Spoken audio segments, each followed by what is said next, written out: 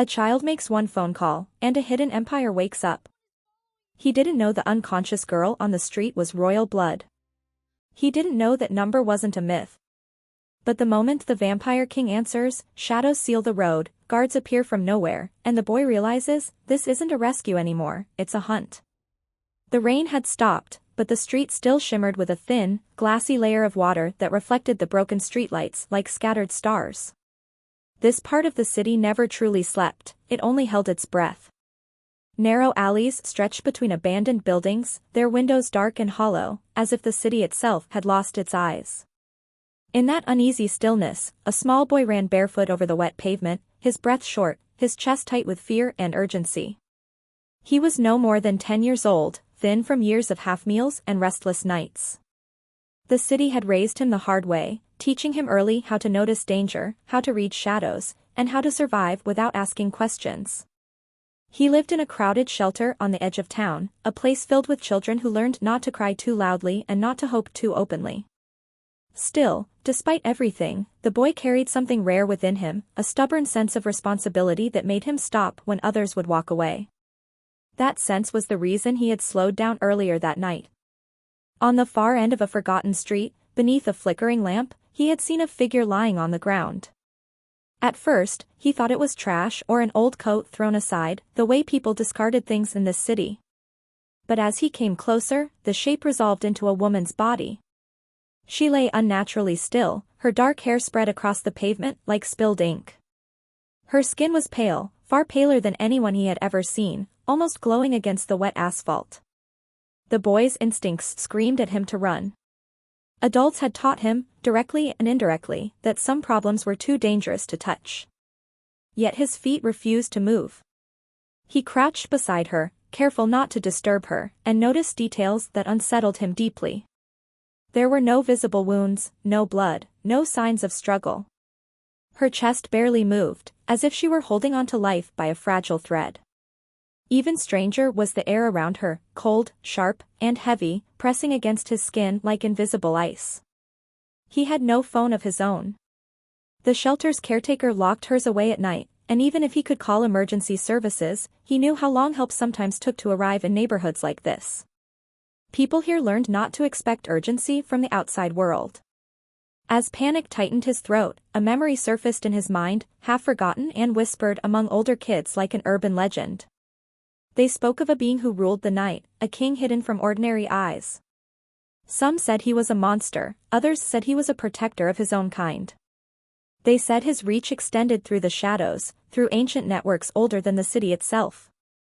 Most people laughed at the stories, but some lowered their voices when they mentioned his name, as if afraid the darkness might be listening. The boy didn't know why the thought came to him now. Maybe it was the unnatural stillness of the woman, or the cold air that felt wrong. Maybe it was desperation. But suddenly, the legend no longer felt like a story. It felt like the only option left. He ran. 2 blocks away stood an old phone booth, one of the few still standing after the city had forgotten them. Its glass was cracked, its door stiff, but it worked. The boy slipped inside, his small fingers shaking as he lifted the receiver. He knew the number by heart, not because he had ever dialed it before, but because it had been passed down like a secret spell, memorized and never tested. As the line connected, the street around him seemed to grow quieter. Even the distant hum of traffic faded, replaced by a low, almost imperceptible vibration that traveled through the metal of the booth and into his bones. He swallowed hard, clutching the receiver with both hands, unsure if anyone, or anything, would answer. Far away, in a place untouched by time, the vampire king felt the call before it was completed. He sat within a vast chamber carved from black stone, illuminated by soft crimson light that never flickered. His presence filled the space without movement, ancient and absolute. Centuries had passed since anything surprised him. Empires had risen and fallen, names had turned to dust, and even fear had grown dull with familiarity. Yet when the call reached him, something shifted. It was not the voice of a hunter or an enemy. It was not the calculated tone of someone seeking power. It was the raw, trembling signal of a child who did not know what he was touching, only that it mattered. The king's awareness stretched outward, threading through layers of darkness, through the veins of the city, until the image formed clearly in his mind. A small human boy, soaked and shaking. A broken phone booth. And beyond that, on a forgotten street, a woman lying unconscious, her presence blazing like a wounded star in the night. Recognition struck him with a force he had not felt in generations. She was not just one of his kind. She was bound to him by blood older than kingdoms. His daughter. For a brief moment, so brief that no mortal clock could measure it, the Vampire King felt something dangerously close to fear. His daughter had vanished years ago, choosing a life away from the shadows, away from the throne, away from him. He had searched, waited, watched from afar, always believing she was strong enough to survive the world she had chosen. But now she lay helpless on a cold street, her existence balanced on the edge of silence. The king rose. The chamber responded to his movement, ancient mechanisms awakening, shadows bending in obedience. His mind calculated distances, threats, and possibilities with ruthless speed. Someone had dared to harm what was his. Someone had pushed events far beyond forgiveness. And at the center of it all stood a small human child who had unknowingly altered the course of the night. As the king prepared to cross the distance between worlds, one thought anchored itself firmly in his mind. The child had acted when others would not. He had seen value where the city saw none. That choice, simple and untrained, had summoned a force that would soon reshape everything. Outside, the boy still clutched the phone, unaware of the storm he had unleashed. He only knew that somewhere, somehow, help was coming, and that the quiet street behind him was about to witness something the city would never forget. The boy dropped the receiver the moment he heard the line go silent, not with the click of a hang-up, but with the heavy finality of a door sealing shut. For a second he just stood there inside the phone booth, staring at his own reflection in the cracked glass. His face looked smaller than it should have, his eyes too wide, like someone had poured fear into them and it didn't fit. Then the streetlight above the booth flickered once, twice, and steadied. The air changed. It wasn't wind and it wasn't weather. It felt like the city had shifted its weight. He ran back. His feet slapped through puddles, cold water splashing up his shins. He cut down an alley he knew well, the kind that always smelled of wet concrete and old smoke. The shelter was behind him now, far enough that no adult would notice he was gone. All that mattered was the woman on the street, still lying there, still not moving, still surrounded by that unnatural cold. When he reached the corner, he slowed, breath burning. The street looked the same as before, but it felt wrong in a new way, like a stage waiting for the main actor. The woman was still there beneath the flickering lamp, her hair pasted to the wet ground. The boy hesitated only long enough to prove she hadn't disappeared. Then he crouched beside her again, this time closer, trying to see if her chest rose. Barely. He pressed his fingers near her wrist the way he'd once seen a nurse do at a free clinic. He couldn't be sure he felt anything. His hand was shaking too much. His throat tightened and a helpless sound almost escaped him, but he forced it down. Crying never solved anything here. He looked around, expecting someone to appear, a police car, an ambulance, any normal sign of help. But the street stayed empty, lined with closed storefronts and silent windows. Even the stray cats that usually prowled near the dumpsters were gone. Then he heard it. Not footsteps. Not a car. A low hum that seemed to rise out of the asphalt itself. The puddles quivered. A thin ripple ran across the water like a breath traveling beneath the surface. The boy stood slowly, spine stiff, every instinct screaming again, but this time it wasn't telling him to run. It was telling him to stay very still. The streetlight above the woman stuttered, dimmed, then flared bright, casting sharp shadows that snapped into place like black knives. The cold deepened. The boy's breath came out in a faint mist, even though the rain had been warm minutes earlier. A shape formed at the far end of the street. At first it was only darkness thickening, as if the night itself had decided to gather in one spot. Then it gained edges, tall, straight, impossibly still. There was no dramatic burst, no thunder, no swirl of bats the way old stories claimed. It was quieter than that. More frightening because of it. The Vampire King arrived as if he had always been there. He wore a long coat darker than the street, its fabric absorbing light rather than reflecting it. His hair was pulled back neatly, and his face, pale, perfectly composed, looked carved from something that had never known weakness. His eyes were not glowing. They didn't need to. They carried a focus so intense it made the boy's stomach drop. The boy swallowed hard and forced himself not to step back. He wanted to speak, to explain, to say he hadn't done anything wrong. But when the king's gaze slid toward him, words died before reaching his tongue. The vampire king didn't address the boy at first. He didn't demand answers. He didn't waste a single second on anything that wasn't the woman on the ground. He moved. Not fast like a blur, not theatrical, just smoothly, with the certainty of something that understood distance as a suggestion. One moment he was several yards away. The next he was beside her, kneeling. The king's hands hovered over her face, careful in a way that contradicted every rumor the city whispered about him. His fingers brushed damp hair away from her forehead, exposing skin so pale it looked like moonlight trapped beneath it.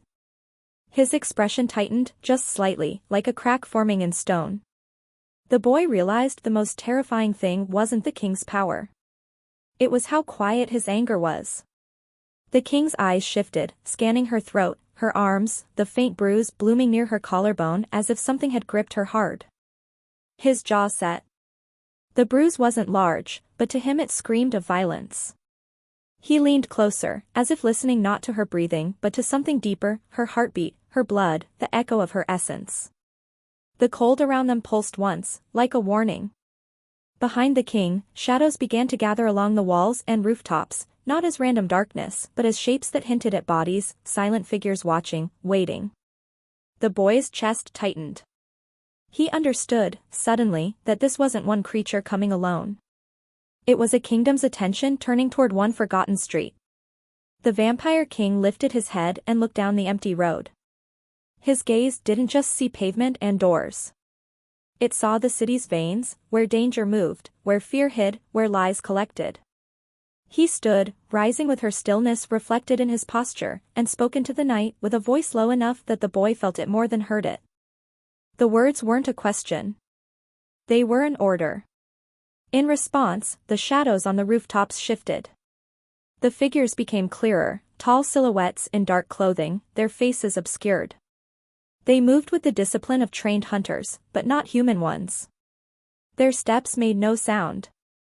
Their eyes, when they briefly caught the streetlight, flashed with something unnatural. The king's guards. They fanned out without being told twice. Two moved to the far end of the street, sealing it. Another swept toward the alleyway. One stood near the boy, not threatening him, but watching him closely like a sentry guarding a valuable secret. The boy's hands clenched into fists at his sides. He couldn't tell whether he was about to be punished or protected. He was just a kid who made a call. The vampire king knelt again and slid one arm beneath the woman's shoulders, lifting her with careful strength. Her head lolled slightly, and for the first time the boy saw her face clearly. She looked young. Not in a childish way, but in a way that made time seem irrelevant. Her features were delicate, but not fragile. There was something regal about her even unconscious, like she belonged somewhere grander than this wet street. The king held her as if he had done it 1,000 times, and also as if he had never been allowed to do it enough. A soft sound escaped him, not a sigh, not a sob, something smaller and more controlled. Then his eyes turned to the boy. The boy's heart hammered. He wanted to run, but his legs refused. The king's gaze pinned him there. When the king spoke, it wasn't cruel. It wasn't warm either. It was precise, like a blade placed carefully on a table. "You called." The boy nodded quickly, throat tight. He forced out words that came out broken. He explained how he found her, how she wasn't waking, how the street was empty, how he didn't know what else to do. He left out the shelter and the fact he wasn't supposed to be out at night. He didn't think lies would survive in front of those eyes. The king listened without interruption. Then his gaze lowered slightly, as if measuring the boy's truth. The silence that followed felt endless. Finally, the king turned his head toward one of his guards. A simple gesture. The guard stepped forward immediately, as if summoned by thought rather than movement. The king gave an instruction, short, cold, final. The guard disappeared down the street with inhuman speed. The boy realized what was happening. The king was tracing the attack backward. Hunting the cause like a predator. Still holding his daughter, the king looked down at her again. His expression hardened. Whatever had been done to her, it wasn't accidental. He could feel it in the way her body resisted waking, as if something had tangled around her spirit. A curse? A toxin? A binding older than the city? He shifted her weight and, in a movement so gentle it contradicted his terrifying presence, he pressed his fingertips to her temple. The boy watched, breath held. The air seemed to vibrate around the king's hand, subtle but real. The cold expanded, then receded, like a tide pulled by the moon. The woman's lips parted slightly. A faint sound escaped her, more like a breath-forming words than actual speech. Her eyelids fluttered but didn't open. The king's eyes narrowed. He wasn't relieved. He was more certain than ever that something was wrong. He turned again to the boy. This time his voice carried a different weight, not kindness, not gratitude, but acknowledgement. You stayed. The boy blinked, confused. He didn't know what to say. Staying hadn't been brave, it had been instinct. He just couldn't leave someone like that. The king's gaze moved over him, his soaked clothes, his scraped knees, his thin arms. The city had marked him with neglect.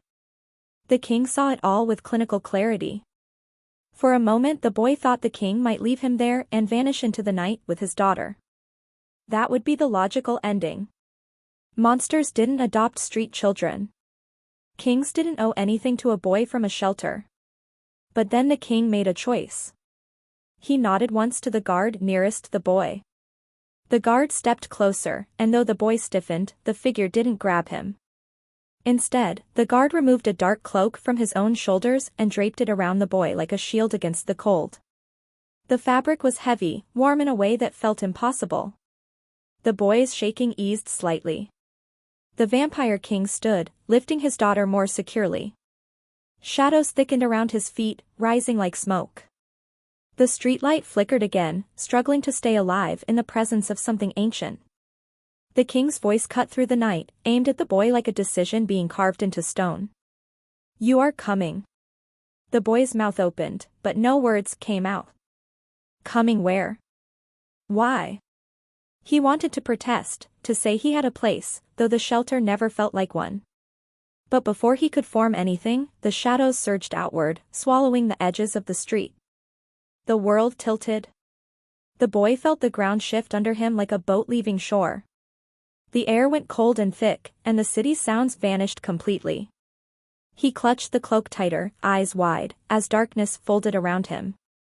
And then, as suddenly as it had begun, the street was gone.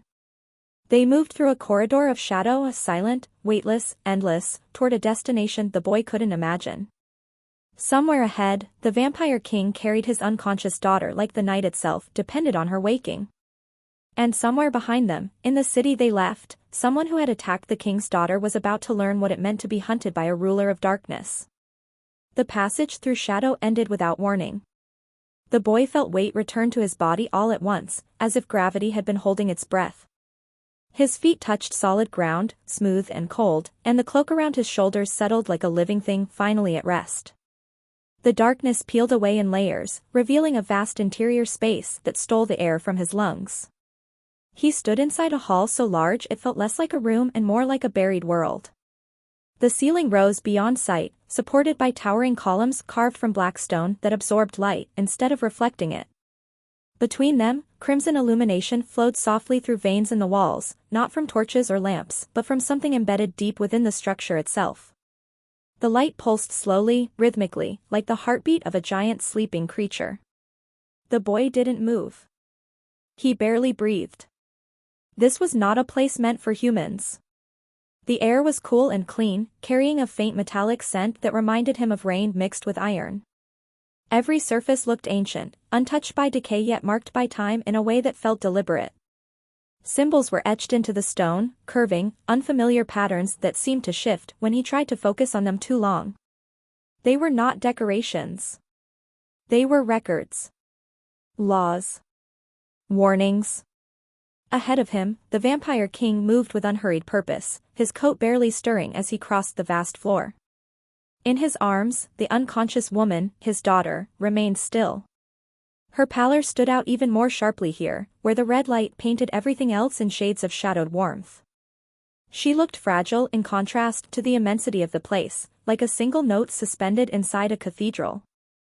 Figures emerged from the darkness as the king advanced. They appeared silently, stepping out from between columns and recessed archways, each one tall and composed, dressed in dark, tailored clothing that marked them as something far beyond human servants. Their faces were calm, eyes sharp and observant, their movements synchronized without visible command. None spoke. None needed to. Their attention fixed immediately on the woman in the king's arms. The boy shrank slightly beneath their collective gaze, instinctively drawing the cloak tighter around himself. He felt very small, very temporary, like a mistake that had wandered into a story that wasn't meant to include him. The king did not slow. He carried his daughter toward a raised platform at the far end of the hall. As he approached, the stone beneath his feet responded, lines of light igniting along the floor in precise patterns that guided his path. The platform itself was shaped like an altar, though not for worship. It was smooth, dark, and ringed with symbols that made the air feel heavier, more focused. The king laid her down with infinite care.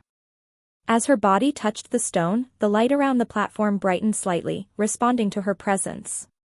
The boy felt it in his chest, a soft pressure like standing too close to a deep note being played. Something in this place recognized her. The king straightened slowly, his posture rigid now, controlled. He raised one hand, and the figures around the hall shifted immediately. Some moved closer to the platform. Others melted back into the shadows, their attention redirected outward, away from the chamber. The boy realized then that this place was not just a home. It was a fortress. Invisible barriers hummed faintly in the air, sealing the chamber from intrusion. Whatever enemies the king expected, or already knew, would not find easy entry here. The hall itself seemed alert, awake, ready to defend what lay at its center. The king turned his focus fully to his daughter.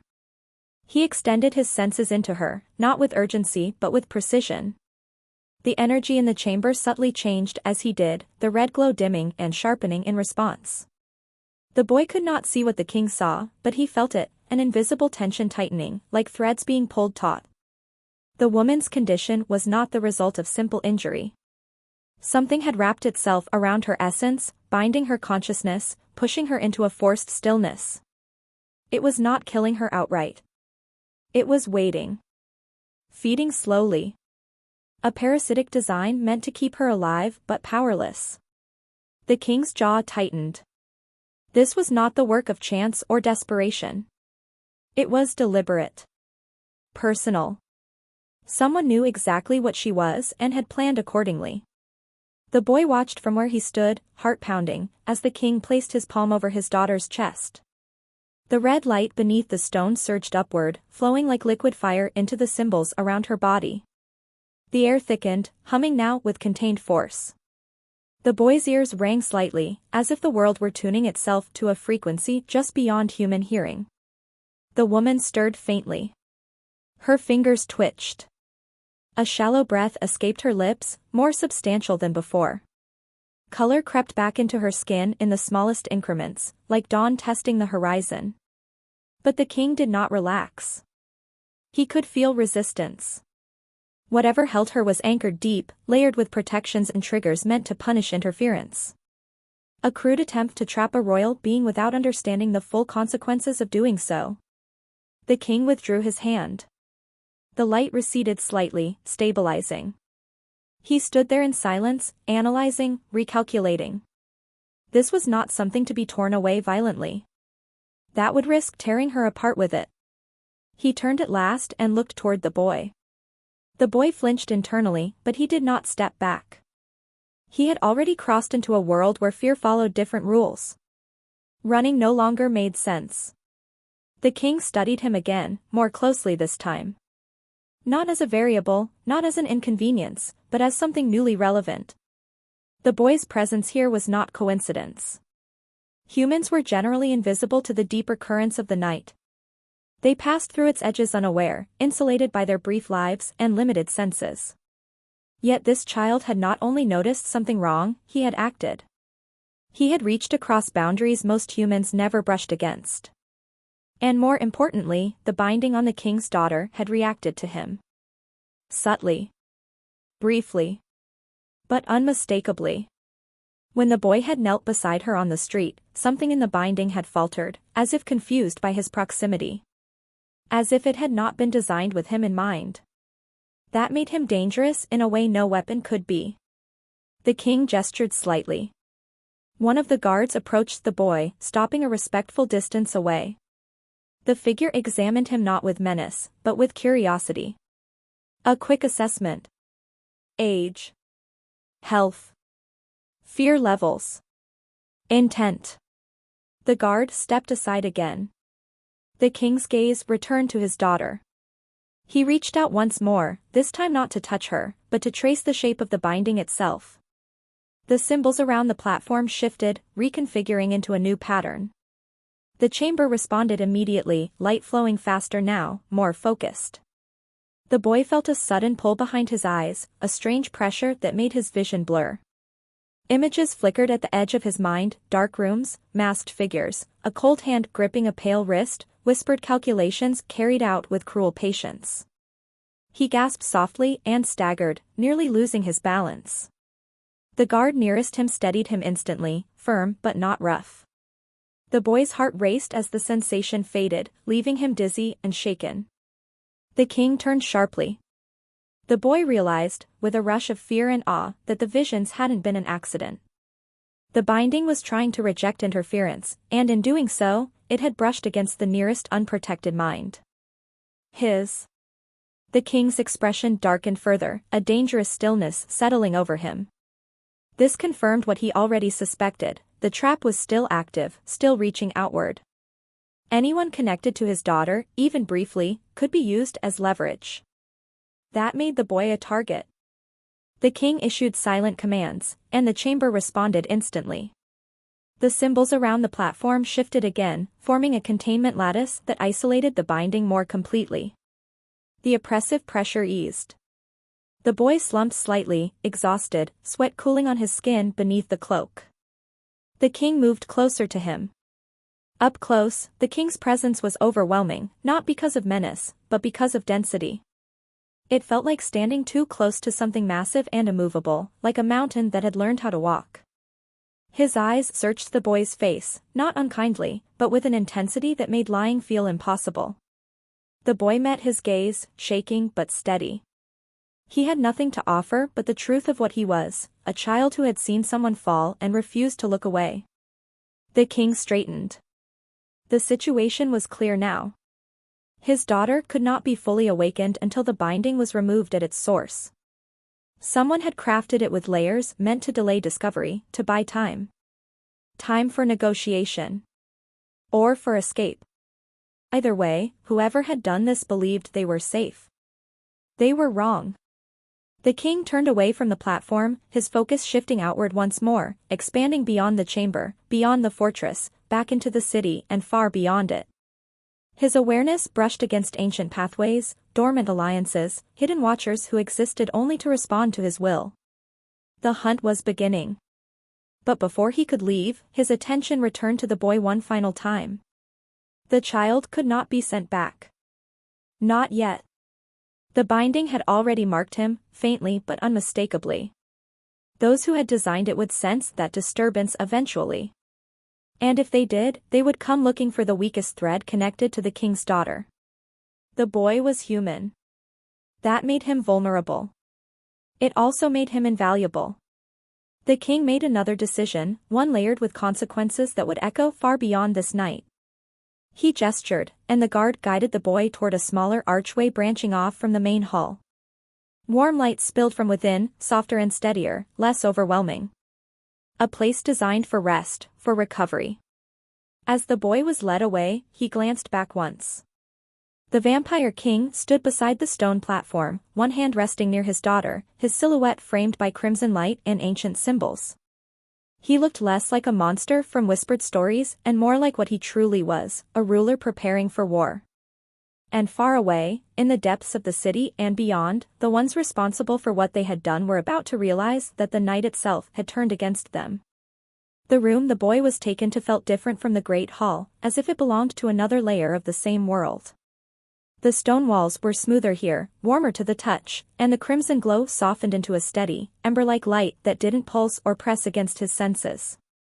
A low platform rested against one wall, covered in dark fabric that felt impossibly clean and thick beneath his fingers. The moment he sat down, exhaustion crashed into him like a wave he had been holding back for hours. His body shook, not from cold this time, but from the release of tension. The cloak still rested on his shoulders, heavy and reassuring, and without realizing it, he leaned into it as if it could anchor him to this place. His thoughts raced, then tangled, then slowed. He tried to understand where he was, what would happen next, whether he would ever see the shelter again. None of it formed into clear answers. Outside the room, the fortress stirred. The Vampire King moved with purpose through corridors that branched like arteries from the central hall. Each passage responded to his presence, ancient wards lifting, shadows parting. Figures emerged and fell in behind him, commanders, watchers, hunters whose loyalty had been forged long before modern cities rose from the earth. They did not ask questions. The state of the king's daughter was answer enough. Information flowed silently between them, carried through gestures, glances, and the subtle shifts of power that only their kind could sense. The binding placed on the woman was not local. Its core lay elsewhere, tethered through distance by a ritual that fed on concealment and patience. Whoever had cast it believed time was on their side. They were wrong. The king paused at a junction where the walls were carved with older symbols than the rest of the fortress. He placed his palm against the stone, and the markings ignited briefly, recognizing him. His awareness surged outward, following the trail left behind by the binding. It led him through the city's undercurrents, through places where night lingered even at noon, through networks of smugglers, occult collectors, and power brokers who traded in secrets they barely understood. The trail narrowed. It pointed toward a faction that had been quiet for too long. They were not vampires, not fully. They were humans who had studied the dark long enough to learn how to touch it without being consumed immediately. Scholars, defectors, opportunists. They believed knowledge could replace bloodlines, that preparation could compensate for what they lacked. They had been wrong before. But this time, they had dared to act. The king's expression did not change, but the space around him tightened, as if the fortress itself sensed the gravity of his intent. Orders rippled outward. Gates opened in distant places. Watchers shifted positions across cities and borders. The night bent, subtly but unmistakably, toward a single objective. Find them. Meanwhile, in the quieter wing of the fortress, the boy slept. His dreams were not gentle. Images slid through his mind, fragmented, vivid, and heavy with meaning. He saw the street again, the woman lying unconscious, the cold curling around her. But the scene shifted, deepened. He saw her standing now, alert, her eyes sharp with intelligence and something like restrained sadness. He saw a younger version of her walking away from towering gates, refusing to look back. He felt the weight of a decision made long ago, one that had fractured a bond without fully breaking it. Then the dream darkened. Masked figures surrounded her in a narrow room, symbols carved hastily into the floor. Their movements were precise, rehearsed. They were afraid, but determined. The boy felt their fear like static crawling over his skin. He felt the moment the binding took hold, the unnatural stillness settling over her as her consciousness was forced inward. And beneath it all, he felt something else. A thread. Thin, almost invisible, connecting him to her. The boy gasped and woke with a sharp intake of breath, sitting upright. His heart pounded, sweat cooling on his skin. For a moment he didn't know where he was. Then the warm light, the quiet hum of the fortress, and the weight of the cloak grounded him again. He wasn't alone. A figure stood near the doorway, partially in shadow. Not a guard this time, but someone else, tall, composed, with an air of restraint that felt different from the others. Her eyes were sharp, intelligent, and distinctly inhuman, but there was curiosity there too. She studied him without speaking. The boy swallowed, unsure what to do. He waited, forcing himself not to shrink back. After a long moment, the figure inclined her head slightly, acknowledging him. She moved closer, stopping a respectful distance away, and examined him more carefully, his posture, his breathing, the faint tremor still running through him. She sensed it too. The thread. The king arrived moments later, his presence filling the room even before he crossed the threshold. The other figure stepped aside immediately, deferring without hesitation. The boy felt the air shift, heavier now, more focused. The king looked at him, then at the faint glow still clinging to the boy's hands, visible only in certain angles of light. "You are dreaming of her," the king observed quietly. It was not a question. The boy nodded, unsure how to explain what he had seen. He didn't know the words for it, didn't know how to describe the way the images had felt less like imagination and more like memory. The king considered this. The binding had not only failed to block the boy's presence, it had reacted to it, incorporating him into its structure unintentionally. That made him a variable the enemy had not planned for. That made him leverage. The king turned slightly, issuing instructions to the figure beside him. Preparations were already underway. The location of the binding's anchor had been narrowed down to a district known for abandoned industrial structures and underground activity. The faction responsible would not stay still once they realized the king was moving. They would run. They would hide behind human shields and legal borders, behind secrecy and misdirection. It would not save them. The king looked back at the boy. "You will stay here," he said, his tone firm but controlled. "You will be protected." The boy nodded again, though uncertainty twisted in his chest. Part of him wanted to believe that meant safety. Another part, deeper and quieter, sensed that his role in this story was not finished. The king seemed to sense that too. "The connection will pull," he continued. "If it does, you will tell us." The boy didn't fully understand what that meant, but he understood enough. He was tied to this now.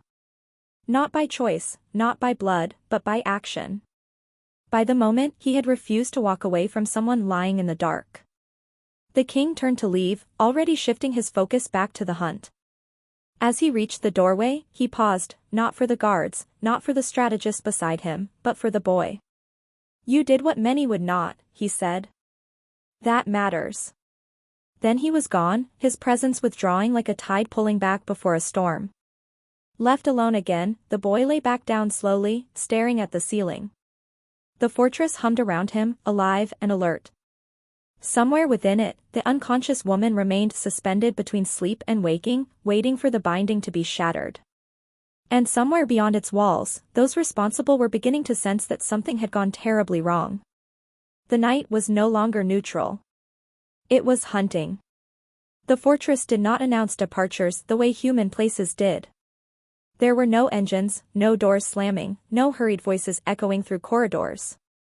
Yet the boy felt the shift anyway, like the air had tightened and then released, as if the entire structure had exhaled when the vampire king and his hunters crossed beyond its boundaries.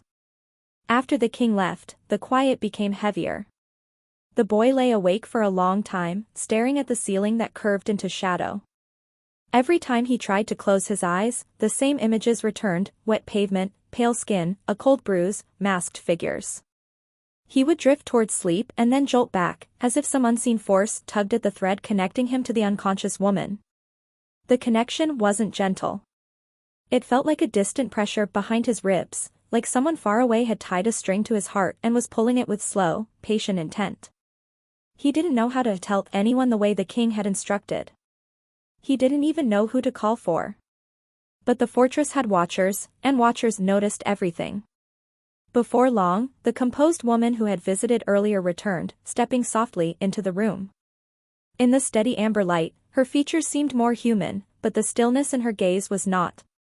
She carried a shallow bowl of water and a cloth. She set them down with careful precision and watched him, waiting for him to speak first. The boy sat up, clutching the edge of the blanket. He looked down at his hands. The faint glow he'd seen earlier was gone, but the memory of it remained, like the afterimage of staring too long at lightning. He tried to explain without knowing the right words. He described the dreams as clearly as he could, the narrow room, the symbols on the floor, the fear in the masked figures, the moment the binding settled like a lid over the woman's mind. He told her about the feeling that something was pulling him, not just showing him things but guiding his attention toward a particular place. The woman listened, her expression unreadable. Then she made a small gesture toward the water. The boy hesitated, then dipped his fingers in. The water felt normal at first, cool, clean. But within seconds, it warmed in a strange way, not from heat but from resonance. The surface trembled and formed a delicate pattern, like invisible ink spreading across it. The woman's eyes narrowed slightly. So the connection wasn't fading. It was strengthening. She left without rushing, and minutes later, the room filled with a subtle presence, another kind of authority. A tall figure entered, older than the guards and colder than the strategists. He wore no armor, carried no weapon. His hands were empty, but the air around him had the sharpness of a blade. He studied the water, the pattern, and then the boy. This was someone who understood bindings and curses the way doctors understood anatomy. The boy sensed that instantly.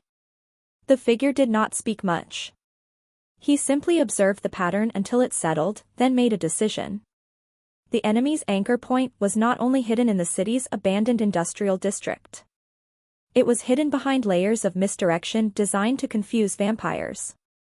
But it was not designed to confuse a human child who had accidentally become part of the circuit. The boy was a key they didn't know they had created. The fortress shifted again, quieter than before, but more intense. Guards moved faster through hallways. A distant gate opened and sealed. The boy heard nothing directly, yet he felt the vibration of preparation in the walls, in the floor beneath his feet.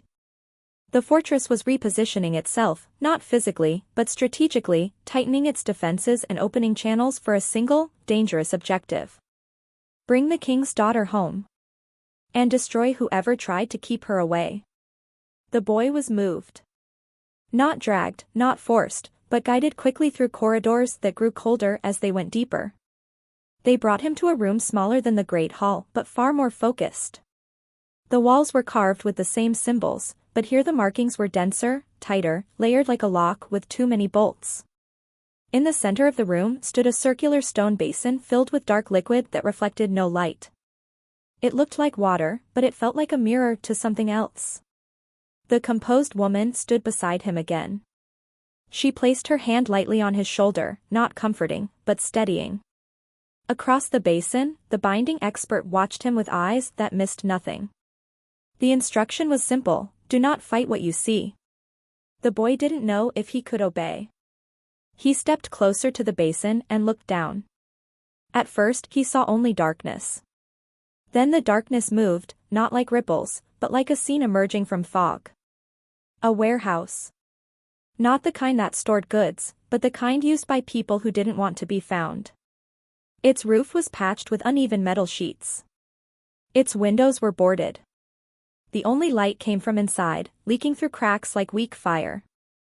The boy's breath caught. He knew this place. Not exactly, not personally, but he recognized the district, the feeling.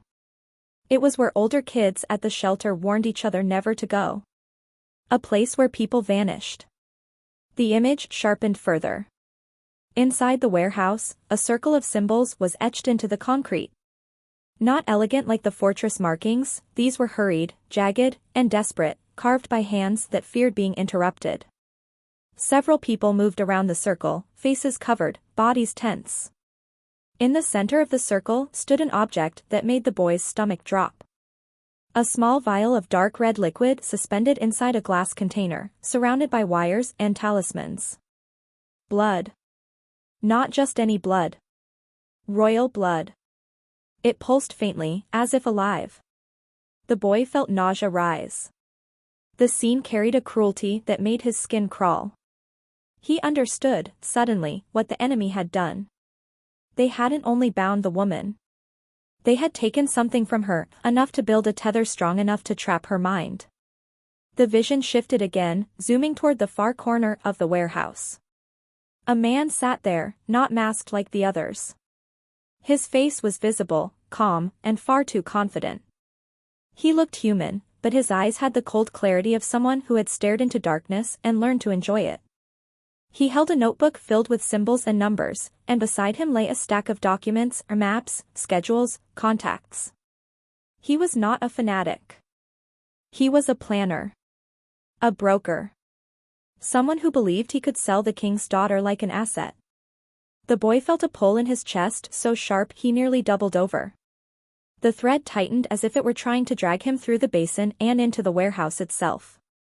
The composed woman's hand tightened on his shoulder, holding him steady. The binding expert spoke a single sentence, low and certain. They had the location. Far away, the vampire king received it as if the night itself delivered the message into his mind. The hunt that had begun as a pursuit now became an execution. The king and his hunters moved through the city without being seen. Street cameras caught nothing but brief distortions. Dogs fell silent as they passed. People who were awake felt a sudden shiver and turned their heads toward empty alleys, sensing something ancient slide by just outside the edge of their world. The warehouse district was quiet, but it was not empty. Men stood outside the boarded building with weapons tucked beneath coats. Cars were parked in careless angles, engines idling. Inside, masked figures continued their work, unaware that the time they had bought was collapsing. Then the air changed. At first, it was subtle, the way the warehouse lights flickered, the way the shadows in corners thickened. A guard outside frowned and stepped toward the street, scanning. The darkness behind him rose. Not like smoke. Like a wall. The first man fell without a sound, his body folding as if someone had cut the strings holding him upright. Another turned, reaching for his weapon, and froze, his hand trapped mid-motion as terror stole the command from his muscles. The vampire king stepped into view. He did not rush. He did not hide. He walked as if the street belonged to him, and in a way, it did. The guards fired. Bullets crossed the short distance and met something invisible, stopping midair and dropping uselessly to the ground. The men stared in disbelief, their courage cracking. Some tried to run. The night did not allow it. The king's hunters emerged around the warehouse like a closing net. Doors were sealed from the outside. Escape routes that had been planned for weeks became irrelevant in seconds. Inside, the ritual circle trembled. The dark vial pulsed harder, as if sensing danger. The masked figures panicked, their movements becoming frantic. The unmasked planner stood abruptly, his confident calm finally cracking. They had expected negotiation. They had expected fear. They had miscalculated the one thing that mattered. A king does not negotiate for his child. The warehouse doors didn't explode inward. They simply opened, slowly, smoothly, as if the building itself had decided resistance was pointless. Cold air swept through the interior, extinguishing small lights and making the ritual candles sputter. The vampire king entered. Everyone inside froze. Even the ones who didn't believe in monsters felt their bodies react, instincts older than reason recognizing a predator that stood far above them. The king's gaze moved over the circle, the symbols, the vial of blood, the glass container, and then the people who had dared to touch what belonged to him. His expression did not flare into rage. It became quieter. Sharper. The planner tried to speak. Tried to lift his hands in a gesture that might have been surrender or bargaining. The king did not allow it. With a single motion of his hand, the glass container shattered, not outward, but inward, collapsing into itself like it had been crushed by invisible fingers. The vial dropped, but before it hit the ground, it stopped midair, hovering. The dark blood inside it pulsed like a living thing. The symbols around the circle dimmed, destabilized. The masked figures stumbled back, the ritual broken. The air felt suddenly thinner, as if the warehouse had been holding its breath and now could finally inhale. The king stepped forward and reached out, taking the vial into his hand. The moment his fingers closed around it, the entire circle flared and then died. Somewhere in the fortress, his daughter's body jerked as if yanked by an unseen force. The binding snapped. Not cleanly. It fought. It tried to lash outward, to punish any interference. In that instant, the boy, far away, felt a sharp pain behind his eyes and Dee cried out, collapsing to his knees beside the basin. The thread tugged like it wanted to rip him open. The composed woman caught him before he hit the ground. The binding expert raised a hand, and the symbols on the chamber walls ignited, creating a barrier that absorbed the backlash. The pain eased. The boy panted, trembling, but alive. And then, silence. A deep, settling silence, like a storm finally breaking apart. Back in the warehouse, the Vampire King turned his gaze toward the planner again. The man's face was pale now, his confidence stripped away. He realized, too late, that he had not stolen from a powerful family. He had attacked a throne. The king moved closer, eyes like winter. He did not speak threats. He did not need to. The planner understood what was coming, and fear finally made him human again. The king's hunters closed in, gathering the remaining conspirators. Some were dragged away. Some collapsed, unable to stand. The symbols on the floor were scraped away, destroyed, their power erased by the king's presence. The warehouse, once a place for secret power, became a place of final consequences. In the fortress, alarms did not ring, but the air shifted as if the walls themselves knew. The boy was carried back to the room near the great hall, and for the first time since he had entered this world, he felt warmth return to his chest. The pulling thread softened. It didn't vanish, but it became calmer, like a knot loosening. Then a sound echoed through the fortress, not loud, but significant. A heartbeat. Steady. Strong. The boy was brought to the edge of the chamber where the king's daughter lay. He stood at a respectful distance, surrounded by guards who watched him and the platform with equal focus. On the stone altar, the woman's eyelids fluttered again. This time they opened. Her eyes were dark, clear, and very old. She inhaled sharply, sitting up with sudden alertness, as if waking from a nightmare she had fought inside for days. Her gaze swept the chamber, taking in the symbols, the guards, the fortress walls. Then her eyes landed on the boy. For a moment, her expression softened in a way that made her look less like royalty and more like someone who had been lost and suddenly found a point of light. She placed a hand over her chest, feeling her own heartbeat, then looked at him again, as if recognizing something deeper than sight. The boy didn't know what to do. He stood still, hands clenched, overwhelmed by relief he couldn't name.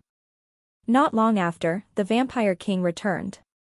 He entered carrying no weapons, but the air around him still felt like the aftermath of a storm. His eyes went straight to his daughter.